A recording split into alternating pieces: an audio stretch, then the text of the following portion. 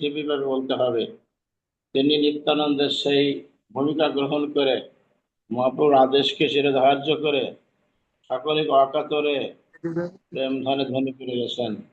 আমি সে প্রেমের ঠাকুর পরমারাধ্য শ্রী গুরুদেব নিত্যলীলা প্রবিষ্ট শ্রীল রাধারমন দাস বাবাজি মহারাজ মহোদয় তার ওই সুকমল শ্রীচরণে আমি বারংবার প্রণতি জ্ঞাপন করছি। তৎপর আমাদের বিশুদ্ধ পরম্পরা ধারায় যে সমস্ত মহাশয়গণ মহাত্মাগণ জড়জগতের বন্ধন থেকে মুক্ত হয়ে পরব্রহ্ম চিদাকাশে গোবিন্দের সান্নিধ্য প্রাপ্ত হয়েছেন, জগতের মঙ্গল সাধন করেছেন, যারা প্রকট আছেন অপ্রকট যারা গেছেন, সবার চরণে বারবার আমি প্রণাম প্রদান করছি। আজকে সাপ্তাহিক অনুষ্ঠানে মঙ্গলবার ভাগবত প্রবচন প্রতি মঙ্গলবার প্রায় 8:30 থেকে শুরু হয়ে যায় 11টা অবধি, আর প্রতি শুক্রবার গীতার পাঠ আলোচনা হয় এবং সবাইকে প্রশিক্ষণ দেওয়ার জন্য আমরা এই অনলাইনে গীতা পাঠ তথা ভাগবত প্রবচন দান করে থাকি।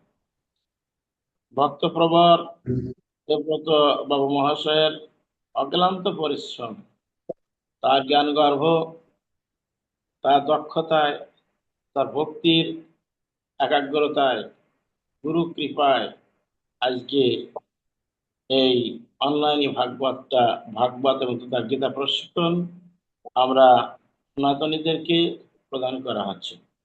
এতে করে সকলেরই কল্যাণ, মঙ্গল, আধ্যাত্মিক কল্যাণ, মানবিকতা, মনুষ্যত্ব জ্ঞান এবং সহনশীলতা, ধৈর্য, উদারতা, ক্ষমা, গীতার মাধ্যমে এগুলো আমরা প্রশিক্ষণ দিয়ে থাকি। সমগ্র সনাতনীদেরকে আহ্বান করছি, সনাতনীবৃন্দ আপনাদের এই গ্রুপে সংযুক্ত হতে গেলে একটু কপর্দক লাগবে না, একটু পয়সা লাগবে না, সম্পূর্ণ ফ্রি। আমাদের গ্রুপে সবাই যেন অবশ্যই সংযুক্ত হয়ে যায়। যারা হয়েছে তাদের কাছে আমি বারবার বিনতি করব, নিবেদন করব, তারা যেন একে অপরকে, দেবব্রত বাবু সে নাম্বারটা দেওয়া আছে 00178331718 এই নাম্বারে মেসেজ পাঠালেই যথেষ্ট, উনি ওখান থেকে ওটা সংযুক্ত করে দিবে। সেই জন্য আমরা সবার কাছে করজোড়ে প্রার্থনা যেন এই সময়টুকু যেন সবাই অন্তত ভগবানের কথা, অমিয় মাখা সেই মাধুর্যমণ্ডিত ভগবানের আর মহিমার কথা, তার গুণের কথা আমরা যেন আলোচনা করে বা শ্রবণ করে আমরা যেন এই পার্থিব জগতে এসছি মনুষ্যকুলে আমাদের জন্ম যেন চির সার্থক হয়ে যায়, এই মর্মে আমি সকলকে আহ্বান জানাচ্ছি আমাদের এই অনলাইনে সংযুক্ত হওয়ার জন্য। সবাইকে বারংবার আমি নিবেদন করছি, সবিনয় নিবেদন। এমনিভাবে আমাদের সারা সনাতনীদেরকে তাদের উপকারের জন্য, পরমার্থী সুমঙ্গল সুরক্ষা পাওয়ার জন্য আমাদের আকুল প্রচেষ্টা আজকে বাস্তবিত হয়েছে। আরো এর মানে ফলবার আরো বৃদ্ধি পাবে, প্রচারটা অক্ষুণ্ণ থাকবে, সবাই জানবে, বুঝবে ভগবান কে, কি তার আমার কর্তব্য কি, আরাধনা কিভাবে করতে হবে, সে আমার পরম পুরুষ কৃষ্ণ, পরম পুরুষোত্তম, আমাদের প্রতিধান প্রাণবল্লভ, আমার ছেলে কি, আমার বন্ধু, আমার সখা, আমার প্রভু। যে কোনো বিষয় সম্পর্ক করলেই এটাই যথেষ্ট। সম্পর্কটা তার সঙ্গে নিবিড়ভাবে এটাকে সম্পর্ক নিতে হবে। এ বন্ধন অটুট বন্ধন থাকবে, কখনো খুলে যাবে না, ভেঙে যাবে না, কখনো এটা পুরানো হয় না, নিত্য নবনবীয়ান সম্পর্ক থেকেই যাবে। এই সম্পর্কের মাধ্যমে হবে তার সঙ্গে মধুর ভালোবাসা গোবিন্দের সঙ্গে। আমরা জড়জগতে কারো প্রতি কোনো মমতা রাখবো না, কারো প্রতি কোনো জড়মায়া রাখবো না, আমরা যেন উদাসীন থাকতে পারি এবং আমাদের তনু মন সব সেবা দিতে পারি গোবিন্দের চরণে, গুরুদেবের চরণে। তাহলে গুরু গৌরাঙ্গ আমাদের প্রতি অত্যন্ত প্রসন্ন হবেন। আর প্রসন্ন হওয়া মানে কি, একবারে সেই ভগবানের নিত্য ধামে নিয়ে যাবেন, সেখানে আমাদের ওইটা স্বদেশ আর আমরা বিদেশে আছি। তাই বুদ্ধিমান ব্যক্তি যারা, পণ্ডিত ব্যক্তি যারা, যারা অত্যন্ত প্রখর জ্ঞান রাখে, তারা এই সংসারকে অনিত্য ভাবে, তারা কখনো জড় মায়ার দ্বারা পরিচালিত হয় না। তারা সংসারকে অনিত্য ভেবে, দেহকে অনিত্য ভেবে, জগৎকে অনিত্য ভেবে নিত্য বস্তু ভগবানকে মনে করে ভগবানের সেবায় তৎপর হয়ে যায়। আমি তাদেরকে বারবার সাধুবাদ জানাই, যারা সম্পর্ক করে ভগবানের সঙ্গে সম্বন্ধ করে গুরু গৌরাঙ্গের সেবা করে চলেছে একাধারে। আমি তাদেরকে বারবার সাধুবাদ জানাই। জয় নিতাই, জয় গৌর। আজকে আমাদের ভাগবত প্রবচন মঙ্গলবার 8:30 থেকে শুরু হয়েছে। আমাদের পরিচালক মহাশয় বাবু দেবব্রত বাবু ইতিপূর্বে ঘোষণা দিয়েছে আজকে 73তম ভাগবত প্রবচন দান। 73। তো আজকে আলোচনার মূল বিষয় ছিল কি, 4টে প্রাণী। এরা আমাদেরকে ধ্রুব নিন্দা করছে। কেন নিন্দা করছে? যে আমরা মানব কুলে এসেছি বটে, কিন্তু মানবের করছে কি? বিশেষ করে যারা অত্যন্ত জড়বাদী, বিষয়বাদী, সংসারবদ্ধ জীব, যারা, যাদের সদাচার নাই, শিষ্টাচার নাই, কোনো সংস্কার নাই, কোনো সংস্কার নাই, যারা এই জড়জগতে এসে একবার ডুবে গেছে, একদম ভগবানকে ভুলে গেছে, ভগবানের প্রসাদ যারা গ্রহণ করে না, ভগবানের সেবা বাদ দিয়ে ভগবানের প্রসাদকে উপেক্ষা করে যারা ইন্দ্রিয় সেবায় তৎপর, চতুর্থত যারা সংসারকে নিত্য বস্তু ভেবে, জড় জড় ভেবে, এটা জানে যে আগুনে হাত দিলে হাত পড়ে, তবুও তথাপিও এই সংসারে পড়ে হাবুডুবু খাচ্ছে, নিত্যের সন্ধান নিচ্ছে না, দিব্য জগতের স্ফুরণ হচ্ছে না। তাদের দিব্য জগতের স্ফুরণ হচ্ছে না, অনুভূতি হচ্ছে না। বিবেক, মন, বুদ্ধি দিয়ে কিভাবে নিত্য নিত্য ধামের সেই পরিচয় পাবে, তার সেই জগতে যাওয়া যাবে, এই বিষয়ে কোনো রকম তারা কোনো কালক্ষেপ করে না, শুধু কালক্ষেপ করছে এই জড় বন্ধনে বন্ধনে যুক্ত হয়ে। তার জন্য একটা প্রাণী ধ্রুব নিন্দা করলো। আমরা এক এক করে আমরা 4টে প্রাণী যে আমাদেরকে যে মানে নিন্দা যা করেছে, ধিক্কার জানিয়েছে, ধিক্কার ধিক্কার, আমরা সেই সম্পর্কে আমরা আজকে আলোচনা যাব। জয় নিতাই, জয় গৌর হরি। আমাদের 4টে প্রাণী কি? ভাগবতে বললেন, সর্ব বেদান্ত সারাং হি শ্রীমদ ভাগবত বিশ্বতে তদ রসামৃত তীর্থস্য নান্যত্র সদরতি কচিত। ভাগবতে বললেন, সর্ব বেদান্তের সারকে শ্রীমদ ভাগবত বলা হয়। সর্ব বেদান্ত, যা সমস্ত বেদ বেদান্ত, গীতা আদি চারি বেদ, 1418 পুরাণ, এইগুলো সারভূত অংশ হচ্ছে এই মহাপ্রাণ, অমল প্রাণ, মহাপ্রাণ শ্রীমদ ভাগবতম।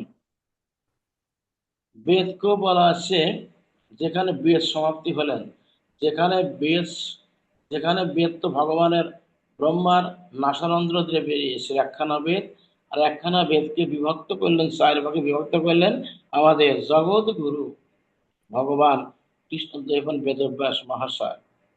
তারপরেও তিনি মনের, তার ভিতরে একটা অফুরন্ত কি একটা রয়ে গেল, পরিতৃপ্ত হলেন না। মনের একটা বারবার খেলা দিচ্ছে, আমার এই বেদ শ্রবণ করে এই পরিহত জীব তো এরাদের পরিত্রাণ নাই, আমি কি করতে পারি? গুরু কৃপায় তিনি রচনা করলেন মহাভারত, আর 4খানা বেদের নাম দিয়েছিলেন ঋক, সাম, যজ, অথর্ব। আর একখানা উপহার দিলেন, নাম দিলেন মহাভারত। কিন্তু এতেও তিনি খুশি হলেন না, মনে তৃপ্ত পাচ্ছেন না, মানে তৃপ্তি পাচ্ছেন না। কেমন যেন কলিহত জীব এতে পরিত্রাণ পাবে না। তারপর 17খানা পুরাণ দিলেন গুরু কৃপায়। আর গীতা তো আছেই, গীতারও সারভূত অংশ ভাগবত। হ্যাঁ, যেমন আমরা সরাসরি গাভীর থেকে দুগ্ধ দহন করিয়ে নিই, আমরা পাকেতে অথবা সেই আমরা পাত্রেতে আমরা চালাই, দুধ অত্যন্ত ঘন হয়ে গেলে একটু রেখে দিলে সর পড়ে যায়। সরটা কি করে, আমরা ওটাকে তুলে নিয়ে কয়েকদিন রাখি, তুলে আবার সেটাকে বাটি, বাটলে পরে কি হয়? মাখন হয়। মাখন, সর বাটলে মাখন হয়। মাখন জ্বালালে কি হয়? ঘৃত হয়। ঘৃতের পর কিছু হয় নাকি? না। সেই জন্য যত শাস্ত্র থাক না কেন বাবা, সমস্ত শাস্ত্রের কিংবা সারভূত অংশ শ্রীমদ্ ভাগবতম। ভাগবতম যারা শ্রবণ করেন বা যারা অধ্যয়ন করেন, তাদের অন্য স্বাস্থ্যের প্রতি কোনো চাহিদা থাকে না। যেমন যদি কেউ পেট ভরে আহার করে, একবার আকণ্ঠ ভরে আহার করলো, উপাদেয় খাদ্য গ্রহণ করেছে, তখন বলা হয়, ভাই তুমি আর কিছু খাও, ছানার ডালনা খাও, মাখন মিষ্টি খাও, মিষ্টি মিঠাই খাও। সে কি বলবে, না ভাই আমার খাওয়া হয়ে গেছে, আমার আর খাওয়ার মতো আর কোনো টেন্ডেন্সি নাই, বা আমার কোনো খাওয়ার মতো কোনো রকম আমার চাহিদা নাই, আমার পেট ভরে আছে। অনুরূপ ভাবে যারা ভাগবতকে আস্বাদন করেন, ভাগবতের রস সমুদ্রে যারা ডুবে গিয়েছেন, ভাগবত রস রস সেই অমৃত যারা পান করছেন, তাদের কোনো রকম অন্য স্বাস্থ্যের প্রতি কোনো চাহিদা বা আশা কিছুই রাখেন না। তারা জানেন যে ভাগবত সাগরে ডুবে গেছি, আর ভাগবত সাগরের তলদেশ থেকে অমৃত পান করছি। আমি এখন আনন্দের চরম শিখরে পৌঁছে গেছি। পরম আনন্দ, পরম আনন্দ, যে আনন্দের উপর কোনো আর আনন্দ নাই। যারা বুদ্ধিমান ব্যক্তি, তারা তারা ভাগবতকে আস্বাদন করে অন্য শাস্ত্রের প্রতি কোন রকম আর চাহিদা থাকে না, দেখার কোনো আবশ্যকতা রাখে না। ভাগবতকেই তারা সারা জীবন ধরে আস্বাদন করেন। সেইরূপ ভাবে আমাদের ভাগবতকে আশ্রয় করতে হবে। ভাগবতকে আশ্রয় না করলে পারে ভগবত প্রেম লাভ করা যায় না, ভগবানের সান্নিধ্য পাওয়া যায় না। শ্রীকৃষ্ণ ভগবান নিজেই বলেছেন, ভাগবতকে ভাগবত বলেছেন, যারা আমার দিকে এক পদ আসে, আমি তার দিকে দু পদ যাই। আর ভাগবতের মাধ্যমে আমার ভক্তকে আমি বংশীধ্বনি দিয়ে আমি কাছে ডেকে নিই। এত অদ্ভুত কথা, এত প্রময় কথা ভগবান ছাড়া কে বলতে পারে না?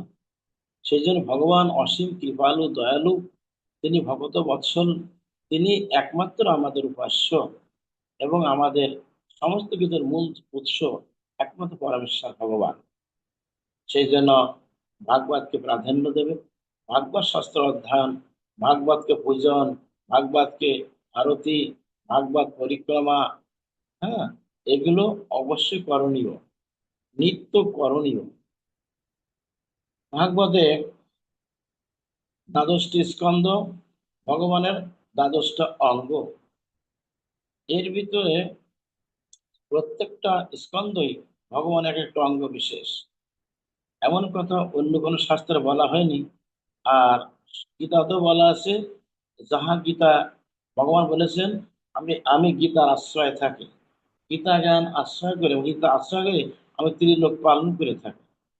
গীতা সমস্ত উপনিষদ ধ্যান, অর্জুন হচ্ছে মানে আহ দুগ্ধ হচ্ছে, আর দুগ্ধ এটা হচ্ছে কি অমৃত, গীতার অমৃত, আর অর্জুন দহন করেন, আর সমস্ত ভক্তবৃন্দ সে দুগ্ধ পান করেন। তাহলে উপনিষদ, তারপরে বেদান্ত সারভূত অংশ গীতা, আবার গীতার শেষ ভাগ, গীতার সারভূত অংশ ভাগবতম।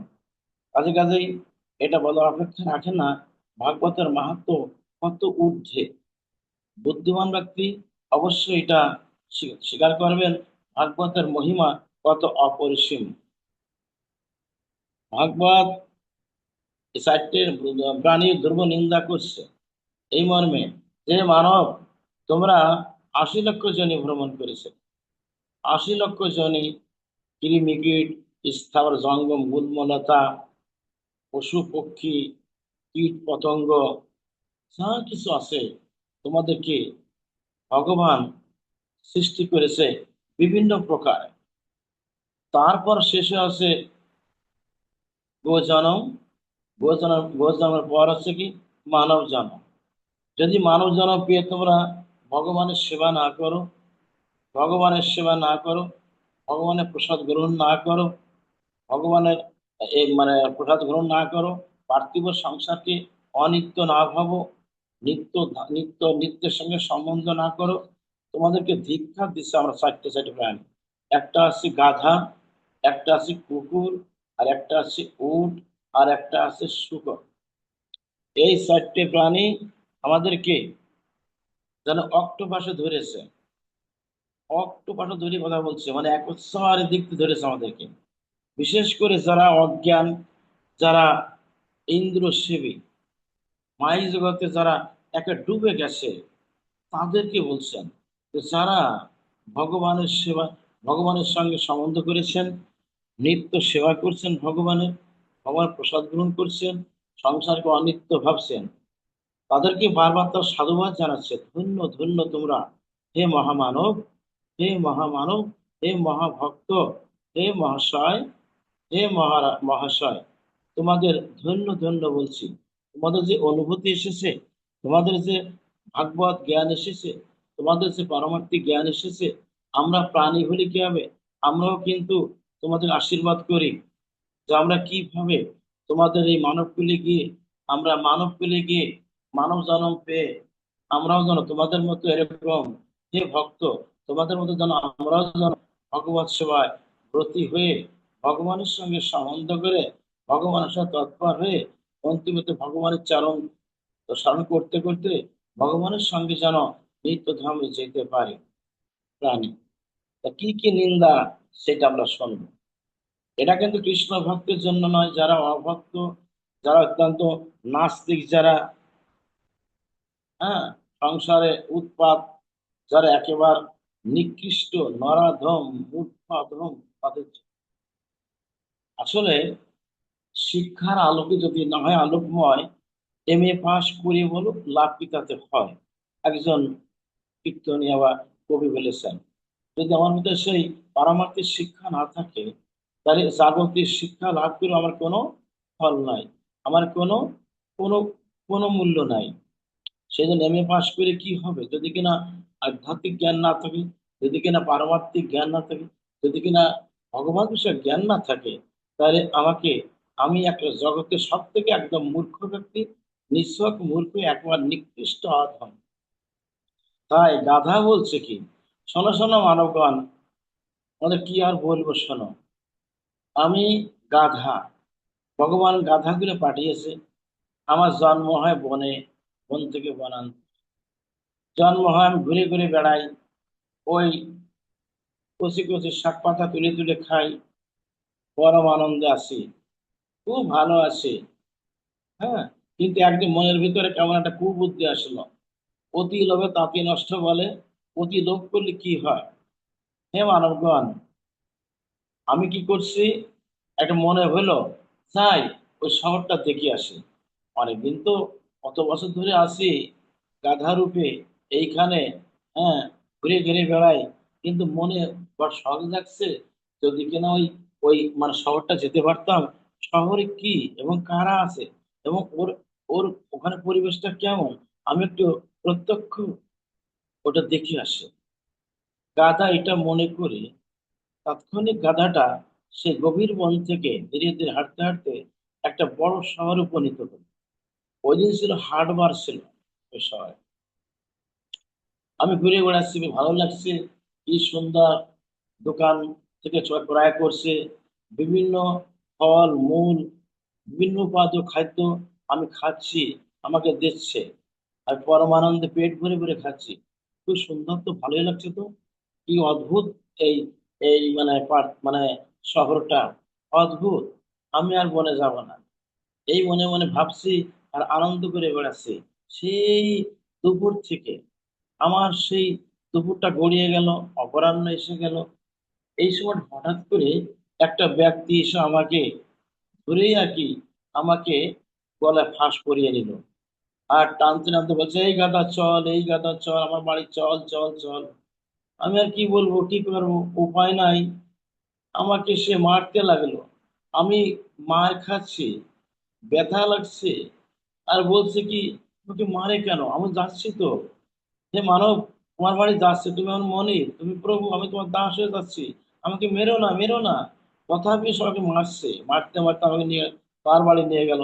আচ্ছা মার খেলাম, কিন্তু বাড়িতে গিয়ে দেখি কি সুন্দর গৃহস্থ বাড়ি, বড় একটা গোয়াল আমাকে রাখা হলো, আমি থাকলাম। আর সেই মনিব বা সে মানুষটি আমার জন্য এক বোঝা ঘাস কেটে দিল, খোল দিল, কুড়া দিল, হুম, বিভিন্ন খাদ্য আমাকে দিল। আমি একবার পেট ভরে খেলাম, আর মজা নিলাম। এত সুন্দর খাদ্য কই আমি তো বনে খাইনি। কি সুন্দর পেট ভরে গেল, আর ডাঙর হয়ে গেল পেট। আমি তো ওখানে ঘুমিয়ে আছি মানবগণ, বেশ আমার ঘুমটা ভালো হলো, সারা রাত ধরে ঘুমালাম।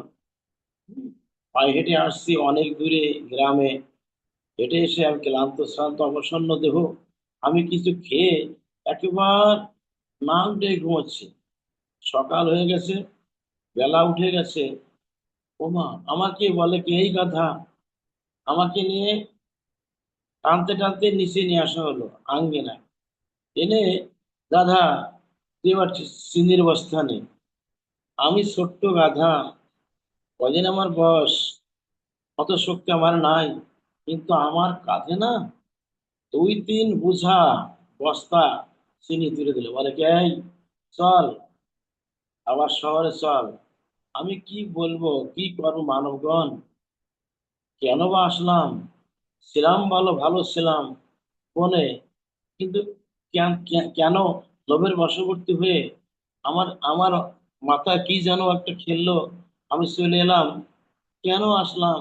আজকে আমি হাঁটতে পারছি না, আমার পা লেগে যাচ্ছে, আমার কোমরটা একদম নুয়ে পড়ছে। কিন্তু ওই ওই লোকটা আমাকে প্রহার করছে, আমাকে প্রহার করতে লাগলো। আমাকে ব্যথা লাগছে। আর ভাবছি কেন এলাম রে, ছিলাম ভালো ছিলাম, বনে ছিলাম, খুব ভালো ছিলাম, কেন এলাম রে, কেন আসলাম এই অদ্ভুত জায়গায়? আমি জীবনে কোনোদিন তো আসিনি, যদিও আসছি বা, আমাকে কেন এরকম আসছে? আর 3টে বোঝা চিনির বস্তা, আমি কি পারি? তবু আমাকে, হে মানবগণ, কত কষ্ট করে যেতে হচ্ছে। আমার চোখের জলে ধরিত্রী ভেসে যাচ্ছে, আমার কাঁদতে কাঁদতে আমার চোখ ছানা পড়া হয়ে গেল। আর ভাবছি আর আসবো না।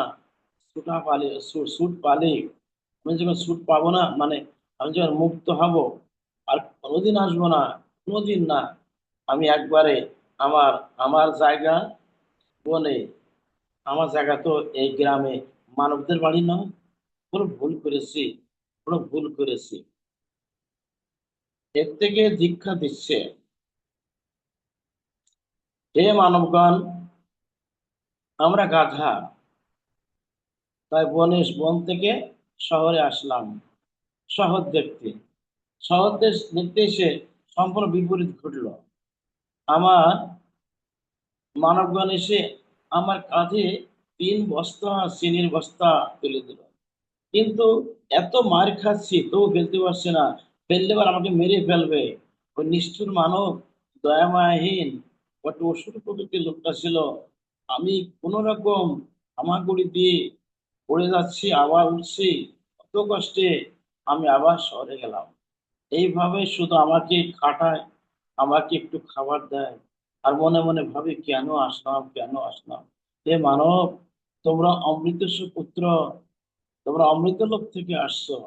ওই বনটা আসছো অমৃত লোক, ঠিক আছে? মানে গাধা, ওই বনটা যে অমৃত লোক, গোলক ধাম, নিত্য ধাম, বৈকুণ্ঠ ধাম। আমরা কিন্তু ওই অমর লোক থেকে আসছি, অমর লোক, যেখানে কোনো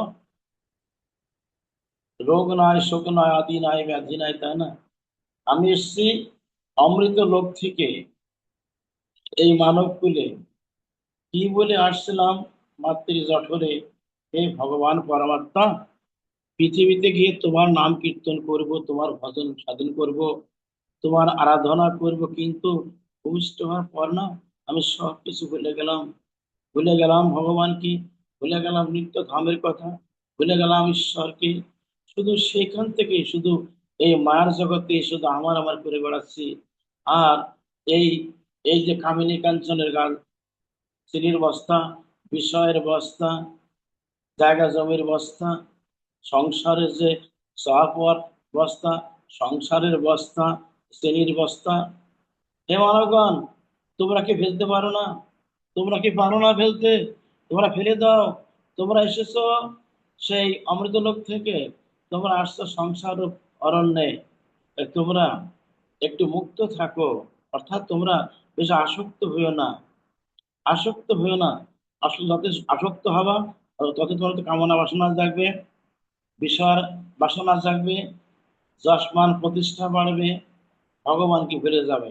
হে মানবগান, আমরা গাধারা এই চিনির বস্তা যখন ফেলতে পারি না, তোমাদেরও উচিত এই বিষয়ের বস্তা, চিনির বস্তা, টাকা পয়সার বস্তা, কামিনী কাঞ্চনের বস্তা তোমরা ফেলে দাও। তোমরা শুধু কর্তব্যবোধে কর্ম করে যাও। তোমরা বিষয়ের বস্তার কাঁধে নিও না, নিও না। এর থেকে শিক্ষা পাওয়া গেল, গাধা বলল, তুমি কৃষ্ণ ভজন করো, হও অনাসক্ত, সংসারে বাস করো, আসক্ত হইও না, মোহিত হইও না, তার প্রতি কোনো মায়া রেখো না, গোবিন্দকে ভালোবাসো। গোবিন্দ তো নিত্য ধন, নিত্য প্রেম, নিত্য বন্ধু। সে আমাদের একমাত্র, আমাদের অন্তরঙ্গ বন্ধু, গোলকনাথ, বৈকুণ্ঠ নায়ক। তা শুধু ভক্ত সজ্জন, আমাদের কর্তব্য হচ্ছে কি, সংসারে থাকবে সবাই কিন্তু অনাসক্ত। রামকৃষ্ণ পরমহংস বলে গিয়েছেন, কি বলেছেন, যে সংসার এমন, সংসার থাকে মন পাখাল মাছের মতো। পাখাল মাছ যেমন কাদার অতল তলে থাকে, এক বিন্দু কাদা লাগে না, যেমন সংসারে বাস করো তুমি ওই রকম আসক্তির কাদা, চাওয়ার কাদা, কামিনী কাঞ্চনের কাদা, সম্পত্তির কাদা তোমাকে না লাগে। কথাটা বোঝা গেল? এই জন্যে এই আসক্তির কাদা যেন না লাগে, তাহলে সেই ব্যক্তি পারবে এই সংসার বন্ধন থেকে মুক্ত হতে। গীতায় বললেন যে নিত্য সন্ন্যাসী সেই, যে ব্যক্তি সমস্ত কর্মফল শ্রীকৃষ্ণের পাদপদ্ম অর্পণ করতে পেরেছেন, যার কোনো কিছু আমার বলে কোনো সিন থাকবে না, আমার বলে কোনো শব্দ থাকবে না, শব্দ করে থাকবে না, শব্দকোষ খালি করে ফেলতে হবে। আমার কোনো কিছু না, শুধু আমার একজনই আমার, সে আমার গোবিন্দ, আমার শ্রীকৃষ্ণ। এইটাই থাকবে সনাতনে। সেই জন্য আমাদের কর্তব্য সর্বক্ষণ যেন আমরা সবকিছু গোবিন্দের পাদ পদ্মে অর্পণ করে দিয়ে একটু ফ্রি হতে চাই। আমরা মালিক হব না, আমরা আমরা দাসত্ব বৃত্তি করতে চাই, আমরা দাস হতে চাই, দাসী হতে চাই, কিন্তু আমরা কোনো মালিক হতে চাই না। আর যখনই মালিক হবে সংসারে, তখনই ধীরে ধীরে তোমার থেকে সবকিছু মাইনাস হয়ে যাবে, কিন্তু কখনো তুমি সেটা গোবিন্দকে পাবে না। তাই তাই বলি, নিত্য সন্ন্যাসী হতে গেলে নিজেকে নিষ্কাম কর্ম করতে হবে, সকাম কর্ম করা যাবে না, আসক্ত হওয়া যাবে না। জনক ঋষি কিন্তু তিনি কিন্তু সংসার থেকে তিনি ভগবানকে প্রাপ্ত হয়েছিলেন। একসময় সুখদেব গোস্বামী বাবার আদেশ নিয়ে উনি গেছেন কৃষ্ণ কথা শুনতে। কার কাছে গেছেন? জনক ঋষির কাছে। দুপুর বেলা হাজির হয়েছে ঋষির আশ্রমে। দেখতে পাই বিরাট রাজ অট্টালিকা, বিরাট রাজ অট্টালিকা, অট্টালিকার চারিপাশে কত কারুকার্য, কত কারুকার্য। আর সেই সুখদেব গোস্বামী কিন্তু কৃষ্ণ কথা শুনতে মনে মনে ভেবেছিল, ইনি কি করে ভক্ত হবে, ইনি এত অত ঐশ্বর্য নিয়ে আসেন, এত ভোগ বিলাসে মেতে আসেন, দাস দাসেরা তার সেবা করছে, নর্তকেরা তার চরণ সেবা করছে, হ্যাঁ, কেউ সামর বাজন করছে, উনি বিষয়ে একবার পুরো মত, ইনি কি করে সাধু হবেন, ইনি কি করে কৃষ্ণ কথা আমাকে শোনাবেন। মনে মনে বললেন, কিন্তু অন্তর্যামী ভগবত ভক্ত অন্তর্যামী হয় ভগবানের, তা তো ভগবানের স্বরূপ। মনে মনে ভাবলেন, ও সুখদেব, তোমার এখনো মনের ভিতরে তোমার সেই আমাকে নিয়ে সংশয় করছো? ঠিক আছে সুখদেব, তুমি তো এসছো কৃষ্ণ কথা শুনতে না? হ্যাঁ প্রভু, হ্যাঁ আমি আসছি। দেখো আমার নিয়ম আছে, তুমি একটা কাজ করো তো বাবা। বলে কি কাজ? এই নাও এক বাটি মন্ত্রপুত তৈল, এক বাটি, এর কানায় কানায় ভর্তি। শোনো সুখদেব গোস্বামী, তো আমার একটা নিয়ম আছে, এটা মন্ত্রপুত করা। তুমি এটা হাতে নাও, আর পুরা প্রাসাদটা ঘুরে এসো। আমার যে রাজপ্রাসাদ আছে, তুমি ঘুরে এসো, প্রাসাদের কোনটা কোন কারুকার্য আছে, কোথায় কি অবস্থান করছে, কে কোথায় কোন অবস্থায় আছে, এবং চারিপাশে কি কি খোদাই করা আছে, তোমাকে দেখতে হবে এটা। যাও, কিন্তু একটা কথা মনে রেখো সুখদেব গোস্বামী, আমার এটা যেহেতু মন্ত্রপুত করা, যদি এক পর তৈল মৃত্তিকা পতিত হয়, তো তোমার সঙ্গে সঙ্গে শিরচ্ছেদ হয়ে যাবে, তোমার মৃত্যু নিশ্চিত হবে। মনে রেখো, এটা আমার মন্ত্রভূত তান্ত্রিক করা। এই কথা শুনে সুখদেব মনে মনে ভীত। বাড়িটা কাছে নিয়েছে বটে, কিন্তু হাতে নিয়েছে কিন্তু ওই লক্ষ্য আছে তেলের বাটির দিকে। উনি ধীরে ধীরে, একবার মন্দার গতিতে ধীরে ধীরে পুরা প্রাসাদ ঘুরে আসছে, কিন্তু লক্ষ্য আছে তেলের বাটির দিকে। এক কোণে তেল যদি মাটিতে পড়ে যায়, আমার শিরচ্ছেদ হয়ে যাবে। এই পরাভয়ে ওনার লক্ষ্যটা হচ্ছে তৈল বাটির দিকে। যখন পুরাটা ঘুরে আসলো, তখন বললেন, জনক ঋষি সুখদেব, দাও বাবা, আমার বাড়িটা আমার কাছে দাও। এবার তুমি এখানে বসো, তুমি এখন বিবরণ দাও আমার এই প্রাসাদে কোথায় কি অবস্থান করছে এবং কারুকার্য কি, আমাকে তোমাকে বলো, বিবরণ দাও। তুমি ওর সময় বললো কি, প্রভু ক্ষমা করবেন, ক্ষমা করবেন, আপনার আদেশ শিরোধার্য করতে কি আপনি বলেছেন তেলটা মন্ত্রপুত করা। এক করতে তেলটা মাটিতে মাটিতে পড়ে যায়, আমার শিরচ্ছেদ হয়ে যাবে। আমি এইটা ভেবে ভয়ে আমার লক্ষ্য ছিল তেলের বাটির দিকে। আপনার প্রাণাতে কোথায় কি আছে না আছে আমি মহারাজ বলতে পারবো না, আমার দ্বারা সম্ভব নয়। আমি এই ভয়তে লক্ষ্য ছিল তেলের বাটির দিকে। এই তো সুখদেব গোস্বামী, তোমার উত্তর তুমি পেয়ে গেছো। মনে মনে ভেবেছিলে সুখদেব যে ইনি একজন ঘোর বিষয়ী, ভোগে আসক্ত, জড়ে আসক্ত, বিষয় আসক্ত। ইনি এত সম্পদ নিয়ে আসেন, ইনি কি করে বৈষ্ণব হবেন, ইনি কি করে কৃষ্ণ কথা বলতে পারবেন, তাই নয়? কিন্তু তুমি কি মনে মনে ভেবেছিলে? হ্যাঁ মহারাজ, আমি বলেছিলাম মনে মনে। তুমি কি জানো সুখদেব গোস্বামী, আমি এই প্রাসাদে থাকলেও আমি এতে সংযুক্ত না, আমি এতে মোহিত না, আমি কখনো আসক্ত না, আমি সম্পূর্ণ ফ্রি, আমি সম্পূর্ণ এই জড়জগতের ঊর্ধ্বে বাস করি। আমি আমি সংসারে অনেক উপরে বাস করি। যেমন তেলের মাটির দিকে তোমার মনটা ছিল, চোখটা ছিল, আসলে মন্ত্রভূত করা না, ওটা তো পরীক্ষা, আমি পরীক্ষা করলাম। পরীক্ষায় তুমি কিন্তু জয়ী হতে পারলে না সুখদেব, ওটা মন্ত্রভূত নয়, এটা তোমাকে পরীক্ষা করেছি। তুমি জানো সুখদেব গোস্বামী, এই এই তেল যে তৈল দিয়ে দিচ্ছে বাড়িতে, এই যে সংসারও তৈল বাটি, মানে কি ভগবানও তৈল বাটি, আর সংসার চাওয়া পাওয়া, এগুলো এগুলো এগুলো হচ্ছে জড় বস্তু। আমার কিন্তু ওই ভগবানও তৈল বাটি, ওই তেলের দিকে লক্ষ্য আছে। এই সংসারে কোথায় কি আছে না আছে, কোথায় কি এখানে খোদাই করা আছে, কারো কারুকার্য কেমন, আমি এখনো কিছু বলতে পারি না। আমি এই সংসার থাকি এক অনাসক্ত। পাকাল মাছের একটা উদাহরণ দেওয়া হলো, গায়ে কাদা লাগে না। আমিও তদ্রূপ সুখদেব গোস্বামী, আমি সংসারে নেই বাবা, আমি সংসারে নেই। আমি চলে গেছে ভগবানের দিব্য ধামে, জড়দেহ পড়িয়াছে পার্থিব সংসারে। আমি আছি আমির সঙ্গে, আমি আছি পরমাত্মার সঙ্গে। জীবাত্মা পরমাত্মার একীভূত হয়ে আজ জীবাত্মা আমি, পরমাত্মা ভগবান এক এক হয়ে বর্জন করছি এই সংসারটি। কিন্তু আমার এই সংসারটা আমার নয়, সংসারে ঊর্ধ্বে বাস করি, সর্বক্ষণ আমি গোবিন্দ ধামে বসবাস করছি, এটাই আমার পরিচয়। সুখদেব এক কথা মাথা নিচু হয়ে গেল, প্রভু আমাকে আপনি ক্ষমা করুন, আপনাকে নিয়ে অনেক মন্তব্য করেছিলাম, আপনি নিজেকে নিয়ে কৃপা করে কদমকে কৃপা করুন, আমি বুঝতে পারিনি। জানেন ভক্ত সজ্জন মন্ডলী, গীতা বললেন জনগৃষি কর্ম দ্বারা, তিনি নিষ্কাম কর্ম দ্বারা সিদ্ধিপ্রাপ্ত হয়েছিলেন। গীতার কথা, নিষ্কাম কর্ম। কশ্যপ যেমন হেঁটে চলে যায়, সমস্ত ইন্দ্র আমরা ধরতে গেলে কি করে, হাত পা করে গুটিয়ে না নিজ দেহের ভিতরে, তদ্রূপ ভাবে যারা স্থিতপ্রজ্ঞ, যারা প্রজ্ঞাবান, যারা নিত্য সন্ন্যাসী, সংসার থেকে বাস করছেন, নিত্য সন্ন্যাসী, তারা ওই রকম ইন্দ্রিয়গুলো নিজের সবসে রেখেছে। তারা কখনো কারোর সঙ্গে মোহিত না, কারোর প্রতি কোনো মোহিত না। জড় বস্তু সবকিছু ক্ষণভঙ্গুর ভেবে, এগুলোকে এগুলোকে অস্থায়ী ভেবে তারা কর্ম করে যাচ্ছে, শুধু গোবিন্দ কর্ম। শ্রীকৃষ্ণ বললেন না, এই অর্জুন, তোর অনুভূতি নাই, তুমি যদি কর্ম করো, অনাসক্তি কর্ম করো, কর্ম করে তোমার তোমার কর্মে অধিকার, তোমার ফলে অধিকার নাই। ফল তো আমি দেব, তুমি কেন এত, তুমি ভয় পাচ্ছ, মায়া করছো, তোমার এত এত কেন, কেন? দেখো, এদের না মানলে ওরা মরবে।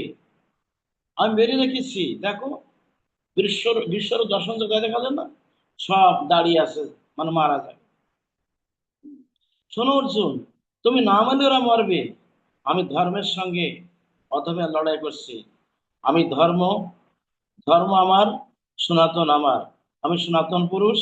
আমি শাশ্বত, চিরন্তন, সত্য, সত্য নারায়ণ, সত্যই ভগবান, সত্যই কৃষ্ণ। অর্জুন, তবে ওঠো, মোহগ্রস্ত হইও না। তোমার মোহ সাজে না। তুমি বীর পুরুষ। কা পুরুষ নও তুমি, তুমি একজন বীর পুরুষ। তুমি যোদ্ধা। তোমার কর্তব্য যুদ্ধ করা। তোমার কর্তব্য অধার্মিককে মেরে ফেলা। তোমার কর্তব্য যারা অনাচারী, ব্যভিচারী, যারা অধার্মিক, ওদেরকে ওদেরকে তুমি চিরতরে মুক্তি প্রদান করো। যদি না করো, আমি করে রেখেছি। অতএব তুমি আমার কর্মে অধিকার, ফল তো আমি দেবো। এই যে কত বললেন, কেন মায়া করছো তুমি বলো? কে তুমি কারো মারো না। কেন? আত্মাস অবিনশ্বর, দেহটা হচ্ছে নশ্বর। হ্যাঁ, দেহটা নশ্বর। মানে বললেন কি, যে দেহটা নশ্বর আর আত্মাটা হচ্ছে অবিনশ্বর।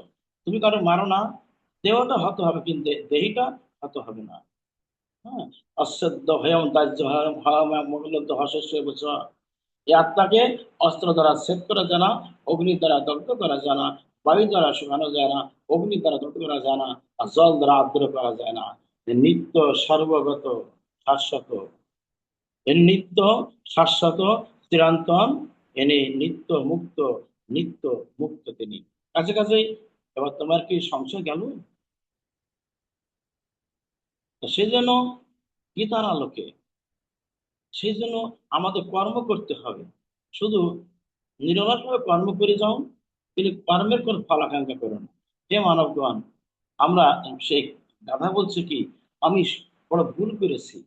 হে আমার মানবগণ, তোমরা তোমাদের কাঁধের থেকে এই চিনির বস্তা নামিয়ে দিয়ে তোমরা অনাসক্ত শুধু সংসারে বিশ্রাম করো। তা তুমি হবে সন্ন্যাসী, তুমি হবে নিত্য সন্ন্যাসী। সন্ন্যাস ধর্ম গ্রহণ করলে সন্ন্যাসী হয় না, সন্ন্যাসী কর্ম করতে হবে। তার মেন কর্ম হচ্ছে কি, আসক্ত হওয়া যাবে না। কর্মফল গোবিন্দের পাত্র অর্পণ করে দাও। গেল এটা।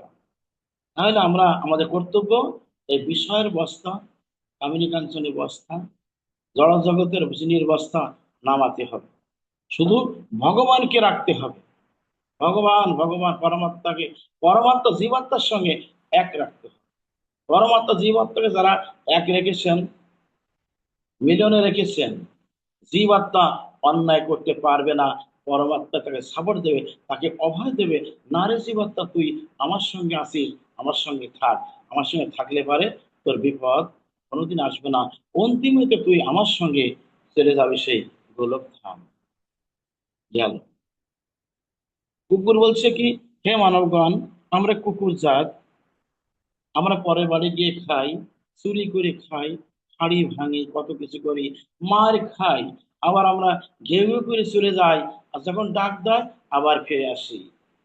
আমাদের মান অভিমান নাই, শুধু পেটের দায়ে, ক্ষুধার জ্বালা, বড় জ্বালা। ক্ষুধার জ্বালা শুধু এ বাড়ি তো ও বাড়ি, ও বাড়ি তো ও বাড়ি, ও বাড়ি তো ও বাড়িতে যাই। তাও যখন আবার একটা কুকুর আরেকটা কুকুরকে দেখি আমরা, সচেতন ভাই তো, কিন্তু আমাদের হিংসা। এক ভাইকে দেখলে পরে আমরা তেলে বেগুনে পুড়ে মরি। মনে হয় যেন ও আমার রাজত্ব ও নিয়ে নেবে। এই এই এই এই মানে এইটা খুব বলে মনে করে আমি আর এক কুকুরকে তাড়না করি। আমি কিন্তু কুকুর। হ্যাঁ, আর একটা কুকুরকে আমি হিংসা করি। এই বেরিয়ে যা, আমার এই সীমানাতে বেরিয়ে যা। দেখবেন কৃষ্ণ ভক্তগণ, যদি একটা কুকুর আপনি পোষেন, অন্য কুকুর আপনার বাড়িতে আসে, সে তেলে বাগুনে পুড়ে মরবে। ওরে সর্বনাশ, বেরিয়ে বেরিয়ে যা, বেরিয়ে যা। কিন্তু এই হিংসা আমরা ত্যাগ করতে পারলাম না। হে মানবগণ, আমরা শুধু ঘুরে ঘুরে বেড়াই, এ বাড়ির তো বাড়ি, ও বাড়ির তো বাড়ি খাওয়ার জন্য। মানুষ আমাদেরকে প্রহার করে, লাঠি দিয়ে প্রহার করে, আমরা মার খাই, ঢেউ ঢেউ করে ডাকি, কত যন্ত্রণা, কত কত কষ্ট পাই, চোখে জল ছেড়ে দিই, শুধু খাওয়ার জন্য। এত মারে আমাদের মানবগণ, কিন্তু যারা জ্ঞানী মানুষ তারা মারে না। জ্ঞানী মানুষ আমাদের আদর করে। তারা জানে সর্বভূতে ভগবানের সত্তা বিরাজমান। সর্বভূতে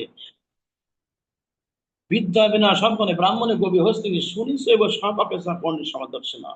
গীতা বললেন পণ্ডিত ব্যক্তি সেই যে ব্যক্তি ব্রাহ্মণের কুকুরের সমান হয়, ব্রাহ্মণ চণ্ডালের সমান হয়, একটা হাতি কুকুরের সমান হয়, এই বিড়ালে এবং হাতিতে সমদর্শী দেখে, সেই ব্যক্তি আছে পরম জ্ঞানী, পরম বিদ্বান, পরম পণ্ডিত। অর্থাৎ যে ব্যক্তি সর্বভূতেই কৃষ্ণ দর্শন করে। একটা কুকুরের ভিতর ভগবানের সত্তা আছে, পিপীলিকার ভিতর সত্তা আছে, একটা হস্তির ভিতর আছে একই সত্তা, কিন্তু আমি কাকে নিন্দা করব, কাকে প্রহার করব? এই সমদর্শিতা হতে হবে। সমদর্শী না হলে, সমতা না এলে পরে কৃষ্ণ দর্শন হয় না বাবা। সর্বভূতেই কৃষ্ণ দর্শন করো। মহাপ্রভু নিজে বলে গেছেন, জীবে সম্মান দিবে জানি কৃষ্ণ অধিষ্ঠান, সর্বজীবেতে আছেন কৃষ্ণ সত্তা বিরাজমান। বিবেকানন্দ ব্রহ্মচারী বলে গেছেন, বহু রূপের সম্মুখে তোমার কোথা কোথা খুঁজিস ঈশ্বর, জীবে প্রেম করে যেই জন, সেই জন সেবিস ঈশ্বর। জীবকে প্রেম করতে ভালোবাসতে হবে, কারণ জীবের ভিতরে ভগবানের সত্তা বিরাজ করে। আমি কাকে প্রহার করছি, আমি কাকে বেশি কথা বলছি, আমি কাকে মারছি? কিন্তু ভগবানের সত্তা, ভগবান খুশি হবেন না? হে মানবগণ, আমরা শুধু খাওয়ার জন্য ঘোরাঘুরি করি, এত মার খাই। আমরা মানবের কাছে গিয়ে লেজ নাড়াই, ইঙ্গিতে বলি, আমরা কথা বলতে পারি না। কথা বললেও তারা বোঝে না, মানবরা বোঝে না। আমরা তো অবলা, কিন্তু আমরা বুঝি কথাগুলো, কিন্তু মানবটা বোঝে না। লেজ নাড়াই, হে মানব দয়া করে খেতে দেবে, অনাহারে আছে 2-3 দিন কিছু খাইনি, কিছু দাও না ভাই। কিন্তু যারা মনুষ্যত্ব জ্ঞান যাদের নাই, যারা দাম্ভিক অহংকারী, তারা আমাদের প্রহার করে। আমার যখন ডাক দেয়, মান অভিমান ত্যাগ করে আবার এসে লেজ নাড়াই, মানব রে, যতই তুমি মারো না কেন, আমার যদি খাবার দাও, খাবার দাও।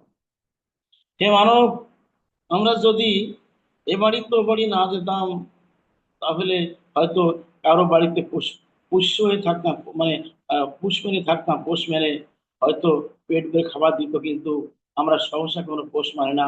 আমরা তো হিংস্র, আমরা হিংস্র, আমরা সবকিছু ভুলে যাই। আমরা মানুষদের কামড়ায় তাকে তাকে কামড়ায়, বিষাক্ত করে ফেলি দেহটা, অনেক মানুষ মারাও যায়। হে মানবগণ, তোমরা ছিলে অমৃত পুত্র, অমৃত লক্ষ্যে তোমরা আসছো, 80 জনই ভ্রমণ করে এসেছো মানব করে 4 লক্ষের ভিতরে। হে মানব, এ বাড়ি তো বাড়ি, এটা কি জানো মানবগণ? অর্থাৎ এজনিত ওজনি, কৃমিকীট, বৃক্ষলতা, গুল্মলতা, তারপর সেই কৃমিকীট থেকে শুরু করে জলচর, স্থলচর, কত প্রাণী হতে হয়। মানে এগুলো আছে কি শুধু এ বাড়িতে ও বাড়ি, ও বাড়িতে ও বাড়ি, এই ঘোরাঘুরি করছো তোমরা। তোমরা কি পারো না? তোমরা কি পারো না এই এই ঘোরাঘুরি, এই এজনিত জনি বন্ধ করতে পারো না? অর্থাৎ তোমাদের কৃষ্ণ ভক্ত হতে হবে। আর কৃষ্ণ ভক্ত না হলে পরে, ভগবত ভক্ত না হলে পরে, আমাদের ঘোরাঘুরি জীবনে কোনোদিন আর এটা থামবে না, এটা বন্ধ হবে না। হে মানবগণ, আমরা যেমন এ বাড়ি তো বাড়ি যাই, সারা সারা গ্রাম টহল দিয়ে বেড়াই খাওয়ার জন্য, হে মানবগণ, তোমরা এসেছো অনেক সাধনার ফলে মানব জনম। এই মানব জনম দেবতারও বাসনা করে, বাসনা করে। ব্রহ্মা বলে এবার মানব কুলে যেতে পারি যেন ভজনের জন্য। ব্রহ্মা বলে, ইন্দ্র বলে, সবাই বলে, দেবতারা বাঞ্ছা করে আমরা যেন মানব কুলে গিয়ে ভজন সাধন করে তোমাকে প্রাপ্ত হতে পারি গোবিন্দ। হে মানবগণ, তোমাদের এই দৌড়াদৌড়ি, তোমাদের এই ঘোরাঘুরি, 80 লক্ষ জনই ভ্রমণ, এগুলোকে প্রতিহত করতে হবে, এগুলোকে বন্ধ করতে হবে। আর বন্ধ করতে হলে একটাই তোমাদের আধ্যাত্মিক কল্যাণ, আধ্যাত্মিক কল্যাণ হবে একমাত্র ভগবত ভজন। ভগবত ভজন যারা বিশুদ্ধ করে যাবে, যারা গুরু গৌরাঙ্গের মতপথ নিয়ে চলবে, মহাপ্রভুর মতপথ নিয়ে চলবে, আদর্শ নিয়ে চলবে, যারা একেবারে ভজনের চরম পর্যায়ে পড়ে যাবে, তারা আর এ জনি তো জনি যাবে না, 80 লক্ষ জনি তার আসবে না, আর এই 4 লক্ষের ভিতরে আসবে না, আর মানব কুলে আসবে না। একবার চলে যাবে সে নিত্য গোলক ধাম, চির মুক্তি।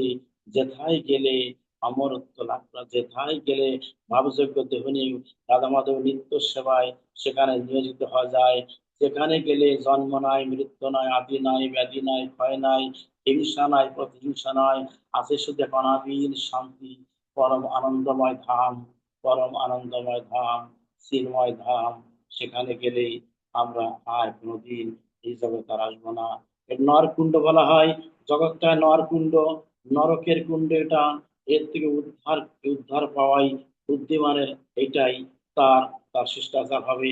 তার তার একটাই হবে সাধন ভজন, যে কি করে পার্থিব সংসার থেকে মুক্তি প্রাপ্ত হয়ে একবার গোবিন্দ ধামে যাওয়া। হে হে মানবগণ, তোমরা সেখানে প্রচেষ্টা হও, তোমরা সাধন ভজন করো। সাধন সাধন করো, জগৎটা অনিত্য। তাই শাস্ত্রে বলেছেন, ভজ হুরে মন শ্রীনন্দ নন্দন, অভয় চরণার বিন্দরে, দুর্লভ মানব জনম সৎসঙ্গে, তর হয়ে বাবু সুন্দরী। শীত আতব বাত হরিশন, এ দিন জামিনী যা গিরে, বিফলে সেবেন কৃপণ দুরজন, সকল সুখ লভ লাগিরে। এ ধন যৌবন পুত্র পরিজন, ইতে কি আছে পরতীতরে, নলিনী তর জল জীবন টলমল। ভজ হরিপদ নীতিরে, শ্রবণ কীর্তন শরণ বন্ধন, পাদ সুবন দাসরে, পূজন সুখীজন আত্মনিবেদন, গোবিন্দ দাস বিলাসরে। একজন একজন মহামানব লিখেছেন এই পথটা। তিনি আগে জন্মে ছিলেন একজন দাম্ভিক এবং অসুর প্রকৃতির। তিনি ভগবত সেবা করতেন না, শুধু ছিলেন একজন অহংকারী ব্যক্তি, কিছু মানতেন না। পরে কৃষ্ণ ভক্ত হয়ে এই পদ রচনা করে গেছেন, ভজ হরি মন শ্রীনন্দ নন্দন। আহারে, শ্রীনন্দ নন্দন কৃষ্ণকে বুঝায়। নন্দ শ্রী নন্দের ছেলে, নন্দের ছেলেকে কৃষ্ণ, নন্দন মানে ছেলে, শ্রীনন্দ নন্দন, শ্রী নন্দের নন্দন কৃষ্ণকে বুঝাচ্ছে। অভয়, অভয় চরণ, তার চরণ অভয়, অভয় মানে কি, ভয় না, অভয়। এক হাতে বর আর এক হাতে অভয়, বর অভয়, বর প্লাস। এ বলেছেন, আহ, কি বলেছেন, অভয় চরণারবিন্দরে, দুর্লভ মানব, দুর্লভ মানব জনম বাবা, দুর্লভ সুদুর্লভ, এ জন্ম আর তো না হতে পারে। কোথায় সরে যাবে, কোথায় কৃমি কীট হবে, কোথায় বৃক্ষলতা হবে, হিংস্র পশু হবে, কৃমি কীট হবে, জলচর হবে, স্থলচর হবে, এই মানব কুলে তো আর আসা যাবে না বাবা। আর মানব কুলে না এলে তার মুক্তি নাই, তার সাধন ভজন হবে না। সেই যাতে করে আর একবারে মুক্তি চলে যেতে পারি, মানব কুলে এসে যদি গৌর কৃষ্ণ ভজন না করতে পারি, আবার জন্মিত চক্রে আবার তাকে ঘুরতে হবে, অল্টারনেট ভাবে ঘুরতে হবে। যার মুক্তি নাতে বলেছেন, অভয় চরণারবিন্দরে, দুর্লভ মানব জন্ম সৎসঙ্গে, ভজ হরিপদ নীতিরে। নীতি মানে তুমি সেবা করেন, তার নিত্য নিত্য সেবা, ভজ হরিপদ নীতিরে। হম, দুর্লভ মানব জন্ম সৎসঙ্গে, তর হয়ে ভব সিন্ধু রে। তর মানে তুমি তরে যাও, এ ভব সিন্ধু পার হতে হবে বাবা। এই জগৎটা আছে সাগর, ভব মানে পৃথিবী। হ্যাঁ, ভবসাগর, পৃথিবীর সাগর পার হতে হবে। আর পার পার হতে গেলে একমাত্র ভজনই পার হতে পারবে। ভজন না করলে পার হওয়া যাবে না, নিতাই পার করে নেবে না বাবা। নিতাই তো বসে আছে পার কাটাতে। আয় রে ভক্ত আয়, একবার গৌর গৌর বল, সারা জীবন শুধু গৌর কৃষ্ণের সেবা কর, একবার আমাকে আশ্রয় কর, তাহলে তোর মুক্তি হবে। আমি তোকে বৈঠা ধরে পার করে নেব আমার তরিতে করে। তাই বলেছেন, দুর্লভ মানব জনম সৎসঙ্গে, তরহ এ ভব সিন্ধুরে। আহ, শীত আতপ, শীত আতপ মানে কি, শীত, আতপ মানে গ্রীষ্মকাল, শীত গ্রীষ্ম যাচ্ছে, একাধারে যাচ্ছে না, মানে ষড় ঋতু, মানে ছয়টা ঋতু আছে। কিন্তু কই, আমি তো ভালো সুন্দর কিছু করলাম না। কে তব কান্তা, কে তব কুমার, অতীব বিচিত্র এ মায়াময় সংসার, কোথাও হতে আসিয়া আছো তুমি বা কাহার, ভাবনা করো বা এই তত্ত্ব সার। দিবস জমেনি সাহান্য প্রভাব, শিশির বসন্ত পুনঃ করে দাওয়াত, এই রূপে খেলে কাল, ক্ষয় পায় আয়ু, তথাপি মানুষ ছাড়ে না আশা বায়ু, যাবৎ জনম তাবৎ মরণ, জননী জঠর আবার শয়ন। জানতে পারলাম, জগতে কে কার কান্ত, কান্ত মানে স্বামী, কে কার কান্তা, কান্তা মানে স্ত্রী, কে তব কান্ত, কে তব কান্তা, কে তব, কে তব কান্ত, কে কান্ত, কে তব কুমার, কুমার মানে ছেলে, কে কার ছেলে, কে কার মেয়ে, কে কার স্ত্রী, কে কার স্বামী, কে তব কান্তা, কে কা তব কান্তা, কা তব কুমার, অতীব বিচিত্র মায়াময় সংসার। সংসারটা অতীব বিচিত্রময় সংসার। তুমি কোথাও হতে আসিয়াছো, মোহাম্মদগড় আছে, এই কথাটা মহম্মদকর শঙ্করাচার্যের ভাষ্য এটা। কে তব কান্ত, কে তব কুমার, অতীব বিচিত্র মায়াময় সংসার, তুমি কোথা হইতে আসিয়া আছো, তুমি বা কাহার, ভাবনা ভাবনা করো ভাই এই তত্ত্ব সার। দিবস যামিনী, দিনের পর রাত, রাতের পর দিন, মাসের পর মাস, বছরের পর বছর চলে যাচ্ছে বাবা, কই কৃষ্ণ ভজন তো করলাম না, কৃষ্ণ ভজন তো করলাম না। তাই বলেছেন, কি বলেছেন, দিবস যামিনী, দিবস যামিনী, সায়াহ্ন প্রভাত, সায়াহ্ন সকাল থেকে, সকাল হচ্ছে, সন্ধ্যা আসছে, সন্ধ্যার পর প্রভাত হচ্ছে, সায়াহ্ন প্রভাত, শিশির বসন্ত কোনো পরে যাতায়াত, শিশির মানে শীতকাল, বসন্তকাল, এইভাবে আবর্তিত হচ্ছে। কই আমি তো কৃষ্ণ ভজন করলাম না। শুধু আমি প্রহার গুনে গেলাম, আমি ষড়ঋতু গুনে গেলাম, আমার ভজন তো একটু বললাম না। আমি কি করছি জগতে এসে, বিচার করলাম অপরের, কার ফাঁসিতে জ্বলাচ্ছি, কার গলায় দড়ি দিচ্ছি, কার বিপদে ফেলছি। কই ভেবে দেখেছো বাবা নিজের বিচার কি হবে, তা ভেবেছো? কত অন্যায় কাজে লিপ্ত হচ্ছ, কত অন্যায় করে চলেছো বাবা, কিন্তু তুমি কি করে উদ্ধার পাবে এটা ভেবে দেখেছো কখনো? কি করে সে বৈতরণী ঘাট পার হওয়া যাবে, কি করে নিতাই চাঁদের দেশে যাওয়া যাবে, গোবিন্দ লোকে যাওয়া যাবে, ভেবেছো বাবা? তাই বলেছেন, শীত আত বাত বর্ষণ, এদিনও যামিনী জাগিরে, বিফলে সেবেনু কৃপণ দুরজন, আমি বিফলে সেবা, আমি সেবা করছি, কৃপণ দুরজন, কৃপণ কৃপণ, কৃপণ কেমন বাবা? কৃপণ তারাই যারা কৃষ্ণ ভজন করে না, কৃষ্ণ ভজন যারা করে না তারা কৃপণ। যারা কৃষ্ণ ভক্তকে যারা উৎসাহ উদ্দীপনা দেয় না, সংসারে যারা মেতে আছে, এরা তো দুর্জন। হোক সে কোটিপতি, হোক সে সম্মানীয় ব্যক্তি, হোক সে ইন্ডাস্ট্রিজের মালিক, যে কৃষ্ণ ভক্ত না হয়, আর কৃষ্ণ ভক্ত না হলে পরে তার সঙ্গ কদাপিও করবে না। কৃপণ, কৃপণ দুর্জন, দুর্জন মানে দুর্জন তারা, যারা তোমাকে তোমাকে দেখে নিন্দা করে, তোমাকে ভক্তিপথ আসতে দেয় না, তোমাকে নিন্দা করে, সমালোচনা করে, সাধুদের নিন্দা করে, গুরু নিন্দা করে, ভগবত নিন্দা করে, সংসারে থাকো, টাকা পয়সা রোজগার করো, শুধু গাড়ি বাড়ি করো, এইগুলো যারা বলে তারা তোমার দুর্জন। দুর্জন মানে তোমার শত্রু। তাই বলেছেন, কৃপণ দুর্জন, সফল ও সুখ লোভ লাগে। সফল মানে ক্ষণস্থায়ী সুখ, সংসারের সুখ ক্ষণস্থায়ী। কি বললেন, সফল ও সুখ লভ লাগিলে, তাহলে এ ধন যৌবন পুত্র পরিজন, এ ধন যৌবন পুত্র পরিজন, এতে কি আছে পর তিতরে? এরা তিতো তিতো, এরা মিষ্টি না বাবা। নিজের ছেলে বলো, মেয়ে বলো, বউ বলো, সোনার যৌবন, যৌবন এখন আছে, পরে নাই। যৌবন এখন আছে, পরে থাকবে, বার্ধক্য হতে হবে, তাকে বুড়ো হতে, বুড়ি হতে হবে।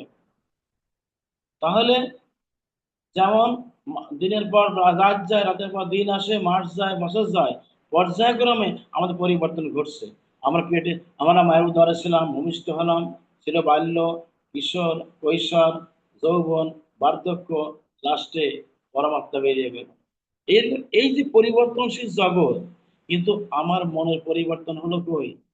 আমার ভজনের কোন উৎসাহ হলো কই? পরমাত্মার সেবা দিলাম কই?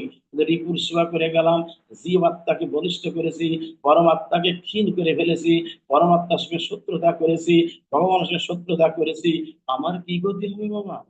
আমার কোথায় স্থান হবে? ভেবে দেখেছো কখনো? দেখেছো বাবা মন, হে মন দেখেছো তুমি? তাই বলেছেন, তাই বলেছেন, এ ধন যৌবন পুত্র পরিজনী থেকে আসে পরতরে, নলিনী দরজর জীবনটা, নলিনী মানে পদ্ম পাতায় যেমন জল টলমল করে, তখন ধাক্কা লেগে পড়ে যায় বাবা।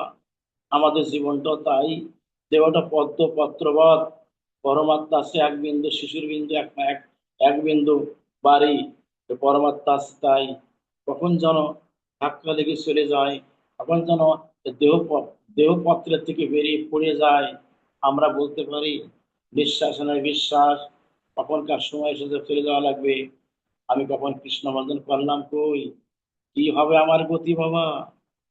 নলিনী দল জল জীবন টলমল, ভজ হরি পদ নীতিরে, শ্রবণ কীর্তন শরণবন্দন পাদ সেবন দাস্য।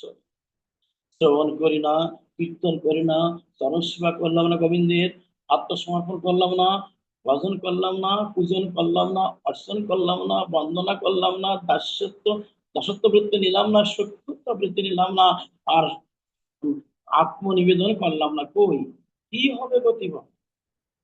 এবার দেখেছো? হে মানবগণ, তোমরা আমাদের বৃত্তি নিও না, তোমরা কুকুরে বৃত্তি নিও না, তোমরা উদ্ধার হও, উদ্ধার হও। তোমরা মনকে একাগ্র চিত্ত করো, কৃষ্ণ ভজন সময় চলে যাচ্ছে, আর এ মানব জন্ম পাবে না বাবা, এখনই সময় চলে যাচ্ছে, তোমরা কৃষ্ণ ভজন করো বাবা। শিক্ষা দিলেন। তা যারা কৃষ্ণ ভজন করো না, আমি কুকুর বলছি তোমাদেরকে দিক দিক দিক শত দিক তোমাদেরকে। যারা যারা কৃষ্ণ ভজন ভগবত সেবা করে না, তোমাদের বারংবার ধিক্কার জানাতে কে বললেন? কুকুর। কোথায় যাবো আমরা? একটা শুকর, বরাহ। বরাহ বলছে কে মানবগণ, আমরা কি করি? আমরা মানব কুলে এসেছি, মানে আমরা পশু কুলে এসেছি, বরাহ কুলে। আমাদের স্থান কোথায়?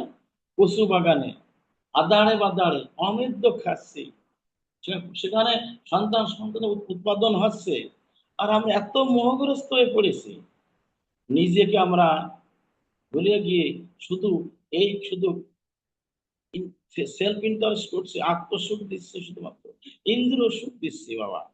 হে মানবগণ, আমরা যেমন আমরা যেমন আমাদের কাছে যেমন ভগবানের প্রসাদ উপেক্ষা করে আমরা খাচ্ছি, অমেদ্য ভক্ষণ করছি কচু বাগানে, আদাড়ে বাদাড়ে, নর্দমায় ডাস্টবিনে আমরা নেমে নেমে আমরা কি অখাদ্য খাচ্ছি। হে মানবগণ, তোমরা দোহাই তোমাদের হে মানবগণ, আমাকেও তোমরা তিলে তিলে একটু অনুভব করে একটু ভালো করে বেরেল খাবো। আমরা যেমন অখাদ্য গ্রহণ করছি, বাবা তোমরা মানুষ, তোমরা কেন অখাদ্য খাও? তোমরা কেন আমাদের বৃত্তি নিলে বলো?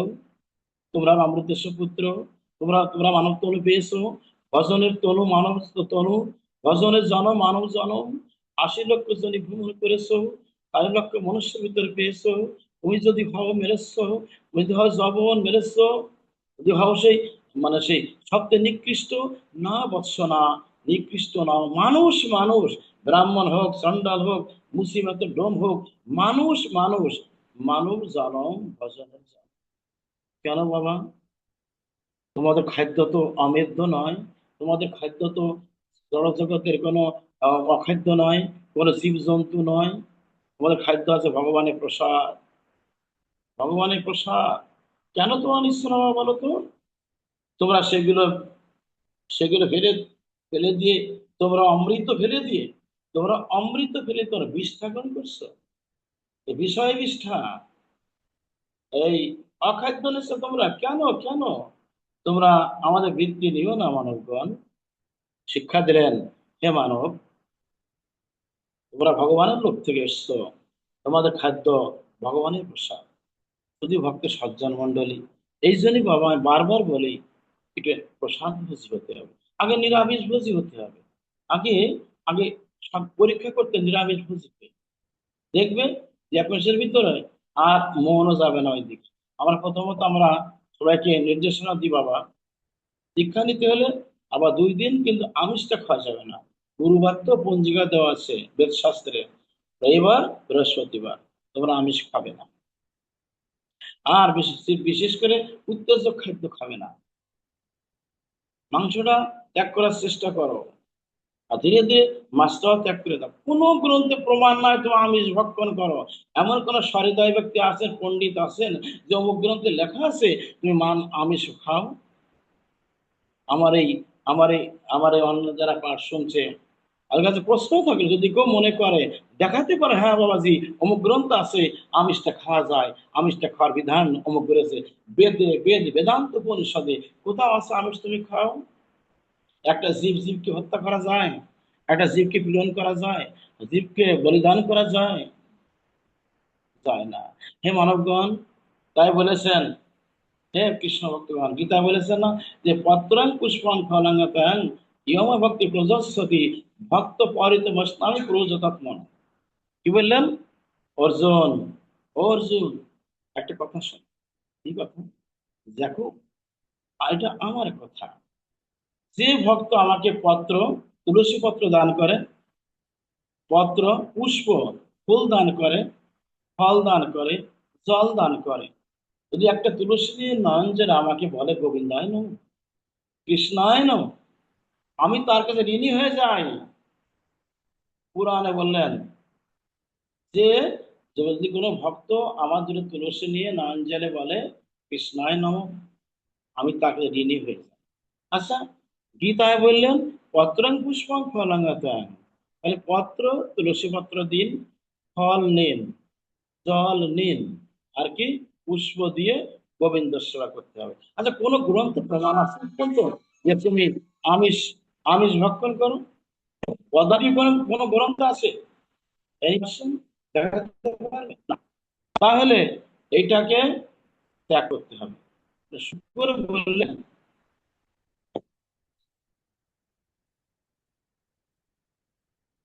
একটা বরাহ, বরাহ বলল যে তুমি আমাদের মতো বৃত্তি নিও না, অখাদ্য নিও না, ধর চরিত্র,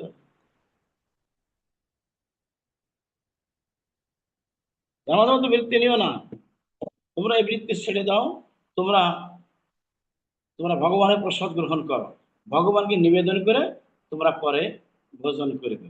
গীতা আছে যারা ভগবানকে নিবেদন না করে খায় উদার পুষ্টির জন্য, ইন্দ্র চরিতার্থের নিমিত্তে, ইন্দ্র সেবার জন্য গ্রহণ মানে দেহে দেয়, তাদের সেইটা, সেই সেই খাদ্যগুলো যখন পশুতে গ্রহণ করে, পশুতে গ্রহণ করা হয়, কৃষ্ণ ভক্তগণ সেটা খায় না। সেই জন্য কৃষ্ণ ভক্তগণ, কৃষ্ণ ভক্ত হতে গেলে অবশ্যই তোমাদেরকে, অবশ্যই প্রসাদ বুঝি হতে হবে। হে মানবগণ, তোমরা আমাদের বৃত্তি নিও না, নিও না, একটা শুকর বললো কিন্তু, ভালো করে ভাববে, যারা আমিষ ভোজি ভালো করে বুঝবে যে এটা শুকর আমাদের নিন্দা করলো। এবার যাবো আমরা একটা উট, একটা উট, সে বলছে কি, হে মানবগণ, তোমরা আমাদের বৃত্তি নিও না। কি করে? যেমন আমরা বনে বনে ঘুরি, কাঁটাযুক্ত আমরা কচি কচি ডালপালা আমরা মুখ দিয়ে ছিঁড়ে ছিঁড়ে খাই, ছিঁড়ে ছিঁড়ে খাই, তাই না? এবং যে সমস্ত কচি মুকুল গুলো আছে আমরা নেই, আবার যেগুলো যেগুলো পরিপক্ক হয়ে গেছে কণ্টকযুক্ত যে মুকুল গুলো আছে, কাটা কাটা গাছ, কাটা গাছ খাই আমরা। আমরা এত গোগ্রাসে খাইছি, খিদের জ্বালায় কি করে কাটা সহ খেতে শুরু করি। কিন্তু কাটা মাড়িতে লেগে রক্তপাত হয়, মাড়িতে লাগে তো খেতে গেলে, বড় বড় কাঁটাগুলো, এটা ভাঙে না, সেগুলো মাটিতে লেগে সেখানে ক্ষত বিক্ষত হয়ে রক্ত নির্গত হয়। আর আমি মনে করি, আহা, কত সুন্দর খাদ্য জন্য গ্রহণ করছি এই গাছের কাটা, খণ্ডায়িত গাছের থেকে। কিন্তু হ্যাঁ মানবগণ, একটা কথা মনে রেখো তোমরা, যে আমরা তো কাঁটাযুক্ত খাই এবং রক্ত লবণাক্ত একটু মিষ্টত্ব ভাব আছে, সুস্বাদু লাগে। আমি মনে করি কি সুন্দর জিনিস খাচ্ছি, কিন্তু আমরা তো বোকা, আমরা মূর্খ, আমরা অজ্ঞান, আমরা জানি না যে, আমরা মনে করি এইটাই, মনে হয় কাটার থেকে এই লবণাক্ত খাদ্য আমরা মানে একটা সুস্বাদুত্ব খাদ্য গ্রহণ করছি। কিন্তু না বাবা, এটা এই আমার নিজের মাড়ির, মাড়ির যে রক্ত, নিজে আমি ভক্ষণ করছি, শুধু ভক্ত। এর থেকে শিক্ষণীয় বিষয় কি? সেই গাধা বলল, না সরি, সেই মানে উট বলল, দেখো মানবগণ, ইন্দ্র সেবাটা তাই, ইন্দ্র তর্পণ তাই, নিজের রক্ত নিজে পান করা। তাই সাবধান হও তোমরা, হে মানবগণ। উট বলল সাবধান হও, তোমরা নিজের রক্ত নিজে পান করো না, ইন্দ্র সুক্ত তদ্র। শাস্ত্রে বলেছেন, কাম কৃষ্ণ কর্মার্পণে ক্রোধ ভক্ত দেশে জনে লোভ সাধুর সঙ্গে হরিকথা মোহিষ্ট লাভ বেনে মদ কৃষ্ণ গুণগানে নিযুক্ত করিব যথাযথ। তাহলে আমাদের ষড়রিপু প্রয়োগ করার জায়গা রয়ে গেছে। কামকে প্রয়োগ করো কৃষ্ণ সেবায়, ক্রোধকে প্রয়োগ করো কৃষ্ণ অভক্ত যে, যে অসাধু নাস্তিক, সেখানে ক্রোধ প্রকাশ করলেও সেটা দর্শনীয় হয় না। এবং যারা আমার গুরু নিন্দা করবে, শাস্ত্র বলেছেন তার জিহ্বা কর্তন করলে কোনো অপরাধ নাই, সাধু সাবধান। তাই বলে কিন্তু কেউ ওই কারোর ওই জিহ্বা কর্তন করা প্রয়াস করবেন না। এটা বলা হয়েছে শুধু গুরুর মহিমাকে কীর্তন করার জন্য। তাকে তাকে তাকে সেখানে তাকে প্রতিবাদ করতে হবে যে, কেন ভাই নিন্দা কেন করো? নিন্দা করা তোমার সাজানো, নিন্দা থেকে তুমি আবার তুমি নিন্দা থেকে তুমি অব্যাহতি নাও। খবরদার, নিন্দা আমাদেরকে সঠিক পথ দেখায় না, নিন্দা দেখায় অন্ধকারের পথ, নিন্দা দেখায় নরকের পথ। তুমি নরকে যাবে? আগে নিন্দা করতে শুনলে পারে ওকে বলবে যে ভাই, নিন্দা জিনিসটা ভালো না। এবং আমার গুরু মহারাজ বলতেন, একদিন বলছে কি মনে পরমানন্দ, একটা কথা শোনো, দেখো, যে যা নিন্দা করে, তুমি মনে করো কারণ তুমি নিন্দা করছো, যার নামে তুমি নিন্দা করছো, ওই ওই যে যার নামে নিন্দা তুমি করছো, তার যে পাপ তোমাতে বর্তাবে, আর তোমার যে পুণ্য সে প্রাপ্ত হবে। কথা বোঝা গেল? সেই জন্য বাবা, নিন্দা কারো করা যাবে না। সাধু অসাধু মানে জীব বলতে নিন্দা করা যাবে না। জগতে কেউ নিন্দা প্রাপ্ত হবে না। সব জগতে সবাই আমার মিত্র, আমার শত্রু বলে কেউ থাকবে না। সব সমান মুক্তি হবে। শত্রু হচ্ছে মিত্রে সতত মান অপমানয়, তাই না? শত্রু মিত্র মান অপমান জয় পরাজয় নিন্দা প্রশংসায় সমজ্ঞানী হতে হবে গীতার আলোকে। তাহলে কেন বাবা আমাদের এই নিন্দা থাকবে? নিন্দা করা যাবে না। তা বলেছেন যে তোমার ইন্দ্রিয় চরিতার্থ এরকম তোমার ধ্বংস করতে নিয়ে যাচ্ছে। পুত্র সন্তান উৎপাদন অর্থে ভারজাত গমনম, একটি সন্তান উৎপাদনের জন্য ছেলে হোক মেয়ে হোক দুটি যথেষ্ট। কিন্তু কখনো তা বিধিপূর্বক, বিধিপূর্বক গমন না করলে স্ত্রীতে, আপন স্ত্রী হোক না কেন, তাও তাও কিন্তু তুমি অবিধিবিত পরিগণিত হবে। এটা মহাপাপ। তাই শুধু ভক্ত সাবধান মন্ডলী ভেবেচিন্তে সংসারে বাস করবে এবং সংসার করবে। কখনো ওই উটের মতো প্রবৃত্তি নেবে না, নিজে রক্ত নিজে পান করা যায়। এটা সাধুসঙ্গ যারা আছেন, গুরুদেব আছেন, তাদের কাছ থেকে এগুলো বিশদভাবে জেনে নেবে। তাহলে অন্ধকার ভিতর থেকে দূরীভূত হয়ে যাবে। আমার করণীয় কি, অকরণীয় কি, সবকিছু ফিল্মের মতো সামনে এসে হাজির হয়ে যাবে। গুরু কৃপাহি কেবলম। শুধু সজ্জন এমনি ভাবে আমাদের চারটি প্রাণী নিন্দাই করে গেছে। নিন্দা কাকে করেনি? যারা সদাচারী শিষ্টাচারী, যারা মহাজ্ঞানী মহাতপস্বী মহাপণ্ডিত যারা, হ্যাঁ, মহাবিদ্বান যারা, তাদেরকে নিন্দা করেনি। যারা কৃষ্ণ ভক্ত গৌর ভক্ত, যারা ভগবত ভক্ত হতে পেরেছেন এবং সমস্ত শাস্ত্রের মর্মবাণী যারা বিধি নিষেধ পালন করে চলছেন, তাদেরকে নয়, প্রেমী ভক্তদেরকে নয়। যারা নাস্তিক, সমাজে অত্যন্ত কামুক ব্যক্তি, ইন্দ্রিয় সেবী, সমাজে আসক্ত, সংসারে আসক্ত, হ্যাঁ, এদের প্রতি এদেরকে এই দুর্দশা দেখে চারটি প্রাণীর মান বিগলিত হয়েছিল, মানে জল ঝরছিল, হায় রে মানব, তোরা এত বড় মূর্খ, আমাদের বৃত্তি তোমরা নিও না, নিও না, নিও না। শুধু ভক্ত সজ্জন, কত রকম আমাদের জানার প্রয়োজন আছে, জানার দরকার আমাদের কত রকম। আমরা অন্ধকারে আছি, এই অন্ধকার দূর করতে হলে আমাদেরকে অবশ্যই আমাদের অনলাইনে যোগ দিতে হবে। আর আমি আগেই বলেছি, আমাদের এই অনলাইনে ভাগবত প্রবচন বা সেই গীতা অধ্যয়ন গীতা প্রশিক্ষণ, আমরা কখনো কোনো জড় উদাহরণ টানি না। আমরা শাস্ত্র ছাড়া আমরা আশা করি এক বিন্দু বাইরে চলি না। এটা গুরু গরমের অশেষ কৃপা। তাই এবং ভক্তদের অনুপ্রেরণা, তাদের শক্তি, তাদের অভয় আমরা মাথা পেতে নিচ্ছি। সেই জন্য আমরা যেন এক বিন্দু তাদেরকে সম্পূর্ণ প্রত্যাখ্যান করে আমার কোনো বানোয়ার কথা যেন আমরা কখনো আমরা পরিবেশন না করি। আমরা যেন সর্বক্ষণ যেন শাস্ত্রের যে অভেদ্য যে মর্মবাণী আছে, যেখানে সরাসরি প্রবেশ করে, সেখানে শুধুমাত্র কৃষ্ণ কথাই আমরা পরিবেশন করতে পারি। আমার এই মন, আমার এই তনু মন কায় মন বাক্যে যেন আমার কৃষ্ণ কথা বলতে পারে। যদি ভক্ত ভাগবতের কথা অত্যন্ত সুমধুর থেকে সুমধুর, এটা সারা জীবন ধরে জন্ম জন্মান্তরে ধরে বলে গেল এর কোনো অরুচি আসবে না, এর কোনো বিরক্তিবোধ আসবে না। কেননা আমরা তো একই একই পথযাত্রী বাবা। যার বন্ধুর কথা বন্ধু শুনতে ভালোবাসে।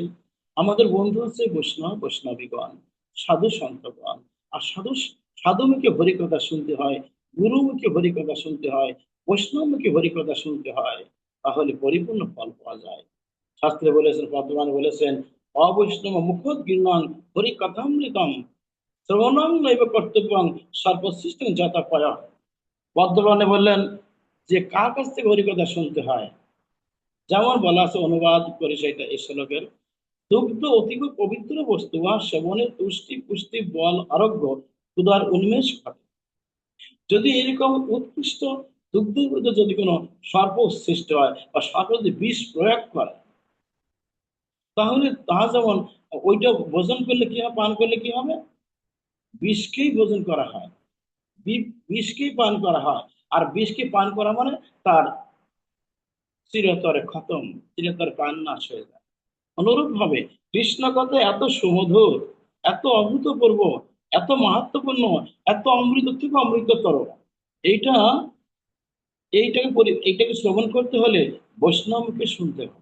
যারা প্রেমী ভক্ত, যারা গৌর গোবিন্দের একান্ত আশ্রিত, যারা সদাচারী শিষ্টাচারী, শাস্ত্রের যারা মর্মবাণী নিয়ে যারা চলে, শাস্ত্রের বিধান নিয়ে যারা চলছে, যারা 24 ঘন্টা আমার গৌর গোবিন্দ সেবার জন্য তনু মন সঁপে দিয়েছে গোবিন্দের চরণে, গুরুর চরণে, তাদের মিলে কৃষ্ণ কথা শুনলে পারে সঙ্গে সঙ্গে আমার ভিতরে একটা শক্তি সঞ্চারিত হবে। আর যে শক্তির সঞ্চার হলে পারে আমার কোন দিকে যেতে হবে, আমার সেই বৈষ্ণব ঠাকুর, আমার গুরু মহারাজ সেই পথ দেখিয়ে দেবেন। আর সেই পথ দিয়ে আমরা চলবো। এইটা আমাদের সব থেকে একদম সহজ সহজ সহজতম উপায়। এছাড়া এই দুস্তর মায়ের সংসার পার হবার, এই যে ভয়ঙ্কর বারিধি সাগর, মায়ের বারিধি পার করতে কেউ পারবে না, এক গুরু বৈষ্ণব সাধু সন্ত ছাড়া। কারো শক্তি নাই, না ছেলে না মেয়ে, না স্ত্রী না স্বজন, না আত্মীয় স্বজন, কেউ পারবে না, একমাত্র গুরু গৌরব। তো সেই জন্য সময় চলে যায়, ভজনের সময় চলে যাচ্ছে বাবা, কখনকার সময় এসে যায় আমরা বলতে। এই ক্ষণস্থায়ী জীবন, অস্থায়ী জীবন আমাদের, নিঃশ্বাসে নয় বিশ্বাস, কখন যেন চলে যেতে হবে পরপারে, যাতে করে পরপারে গিয়ে সেখানে অবস্থান না করতে হয়। নিতাই সাধের সেই চরণ তরিতে উঠে, গুরুদেবের চরণ তরিতে উঠে যেন অনায়াসে যেতে পারি, সেই কৃপা করিবেন সকলেই। আমার সমস্ত কৃষ্ণ ভক্তগণ গৌর ভক্তগণ, হয়তো বলার ভিতরে অনেক অনেক ভুল ভ্রান্ত হতে পারে, কি চিত্তের বিভ্রম হতে পারে, তত্ত্বের বিভ্রম ঘটতে পারে, এবং কোন রকম সাধু চলিত ভাষা মিশ্রণ হতে পারে। সমুদয় সবকিছুই নিজের সন্তান জ্ঞানে মার্জনা ভিক্ষা করাই আমার একমাত্র কাম্য। কেননা যেহেতু কৃষ্ণ ভক্তগণ কত ভক্তরা আমাদের এই অনলাইনে আছেন, আমি তো শিশু, আমি তো একজন একজন কি বলতে হবে, নরকে কীটের সমতুল্য। আমার কি কৃষ্ণ কথা শোভা পায় না, শুধু বৈষ্ণবদের আশীর্বাদে একটু বলি, গৌর হরি বলান গুরু বলান তাই বলি, আমার কোনো দোষ নাই, শুধু আপনাদের কৃপা। ভালো থাকুন সকলে। এরপর আমার বাবাজি